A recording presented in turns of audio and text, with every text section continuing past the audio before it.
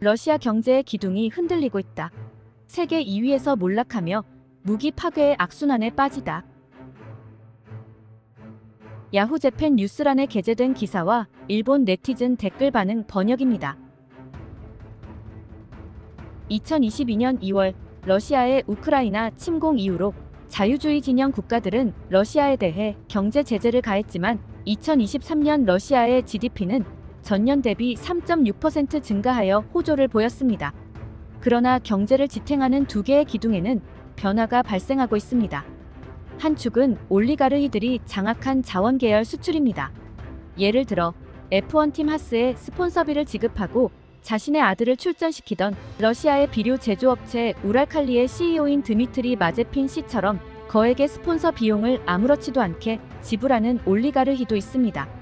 하스는 우크라이나 침공 이후 우랄칼리와의 관계를 끊었고 우랄칼리는 스폰서 비용 반환을 요구하며 하스와 법정에서 다투었으나 2024년 6월 스위스에 위치한 국제 스포츠 중재 재판소가 판결을 내렸습니다. 그러나 자원에 의존하는 경제 성장에는 한계가 있기 때문에 러시아는 산업제품 수출국으로의 전환을 모색하고 있었습니다. 러시아의 산업제품 수출국화는 아직 중간 단계에 있지만 그 중에서도 무기 수출만큼은 소련 시절의 기술 축적 덕분에 호조를 보이며 무기 산업은 러시아의 산업 대국화를 견인했다고 해도 과언이 아닙니다. 그러나 최근 러시아의 무기 수출은 침체 상태에 있습니다.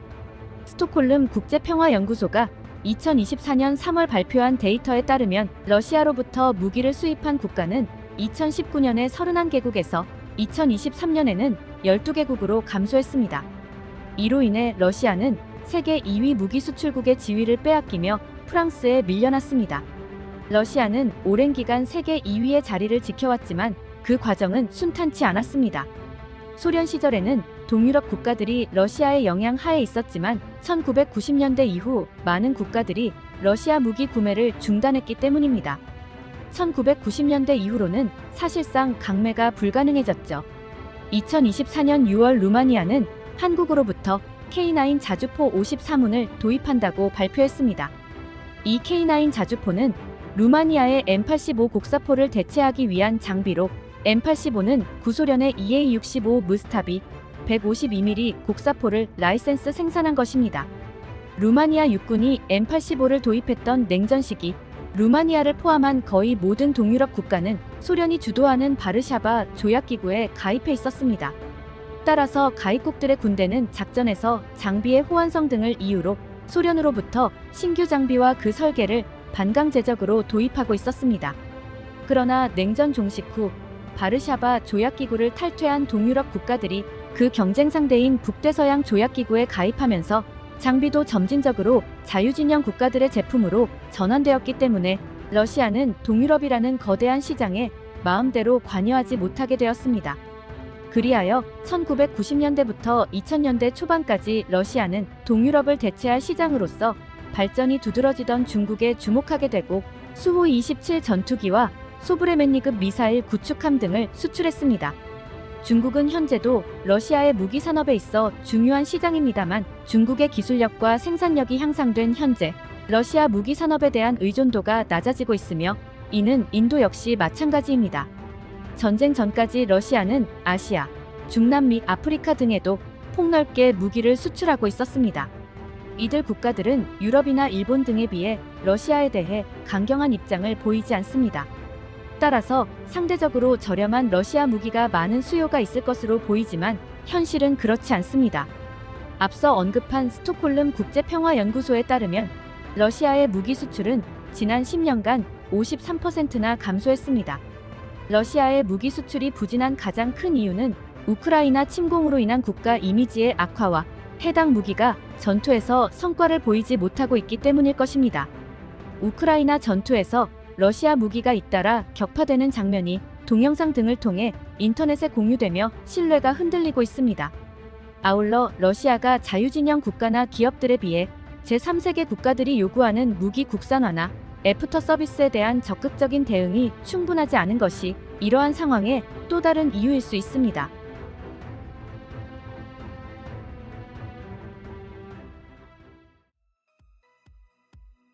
다음은 한국의 시대다. 한국은 지난해 드론작전 사령부를 창설했고 올해 들어 국산 자폭 드론이 정식 채용됐다. 푸틴과 김정은의 군사적 밀착은 한국군이 우크라이나에서 신형 드론의 실전 경험을 쌓기 위한 절호의 구실을 제공해준 셈이다. 한국에서 만든 무기로 우크라이나를 도와줬으면 좋겠어. 만약 성능이 뛰어난 일본의 자주포를 판매할 수 있다면 구매자가 많을 텐데. 언론의 좌파 세력은 일본의 국력 성장도 깎아먹는다는 것을 잘 알 수 있어. 러시아의 군수산업에 종사하는 인원은 400만 명에 달한다고도 합니다. 우주산업과 함께 중추산업이지만 가격만 싸고 품질이 나쁘다면 어느 나라도 사지 않겠지요. 게다가 안전보장에 관련된 문제이기 때문에요. 우크라이나 침공이 무기 관련 네거티브 캠페인이 된 것은 사실일 겁니다. 아이러니한 결과네요. 푸틴이 내린 결단의 배경에는 자국산 무기의 질과 양의 우위성도 있었을 텐데 결국 그 결단이 우위를 무너뜨리고 말았네요. 러시아의 자동차 산업도 망가져서 중국차에 점령당해 거의 붕괴 직전입니다. 고품질 베어링도 그전까지는 대부분 스웨덴에서 수입했었는데 우크라이나 침공 이후 수입하지 못하면서 무기의 수명도 급감했습니다. 러시아는 자신들이 생산하는 무기를 전쟁에 마음껏 투입할 수 있지만 한국은 우크라이나 지원보다 다른 나라와의 무기 거래에 더 신경 쓰고 있네요. 거래할 무기가 있다면 그것을 조속히 우크라이나에 보내는 게 낫지 않나요? 우크라이나보다 돈벌이가 우선인가요? 뭐 본심이겠지만 이번 우러 분쟁으로 큰 돈을 벌었다는 뉴스를 내보내는 건 한국 정도밖에 없을걸. 미국이나 나토도 훨씬 더 많은 전투장비나 탄약을 공급하고 있지만 무상으로 지원하거나 유상이라도 소위 외상으로 정부가 부담하는 방식이야. 자유진영은 국내 여론과 야당을 신경 쓰면서 우크라이나와 자유주의의 지지를 위해 노력하는데 자국 산업이 이번 전쟁에서 이렇게나 벌었다고 자랑하는 건 갑작스러운 졸부의 전형적인 모습이지. 정말 저속해. 이러니까 G7에 초대받지 못하는 거야. 한국은 우크라이나에 군사 지원을 하지 않았어요. 우크라이나 주변국들이 동구권 장비에서 서방 장비로 교체하는 특수가 생긴 것뿐입니다. 그 특수에는 미국이나 나토 가맹국들도 참여하고 있어요. 이번 러우 전쟁에서 얼마나 지속적인 전쟁 능력이 중요한지 알게 되었으니 일본도 무기 수출 3원칙 같은 거 그냥 없애버리면 되는 거야. K무기의 수출은 자유진영 방어에 기여하기 위한 목적이며 이익은 최소한으로 하고 있다 같은 말이면 자랑할 수 있겠지만 수출 5조라던가 영업이익 2조 초과라고 하니까 마치 죽음의 상인 대열에 합류한 걸 기뻐하는 것처럼 보이네. 전쟁이 사라지지 않는 것은 군산 복합체가 분쟁에 따른 무기 수요를 원하기 때문이라는 설도 있는데 다른 나라보다 합리적인 가격으로 팔고 있으니 좋은 거 아닌가. 개발비가 들었는데 적자로 팔라는 건 아니겠지? 아무래도 그건 아니지 않나. 한국이 일본보다 부유해진 건 무기 수출 대국이 되고 원전 신규 건설을 해서야. 일본은 한국을 본받아야 해. 안 그러면 일본은 필리핀 수준의 개발도상국이 돼. 필리핀의 신뢰군요. 이미 일본은 동남아 수준의 생활 퀄리티입니다. 국가의 전반적인 시스템이나 의식 수준도 전혀 개혁되지 못했어요. 30-40년 전에 일본에 유학 온 사람들이 일본에 다시 여행 오면 30-40년 전 그대로라고 놀라곤 하죠. 소득이나 임금 수준도 매우 낮고 일본은 그 무엇보다 정보 통제로 국민의 불만을 잠재우기 위해 한국 붕괴론만 외치고 있는 실정입니다. 일본은 무기 수출을 할 생각을 하고는 있는 건가?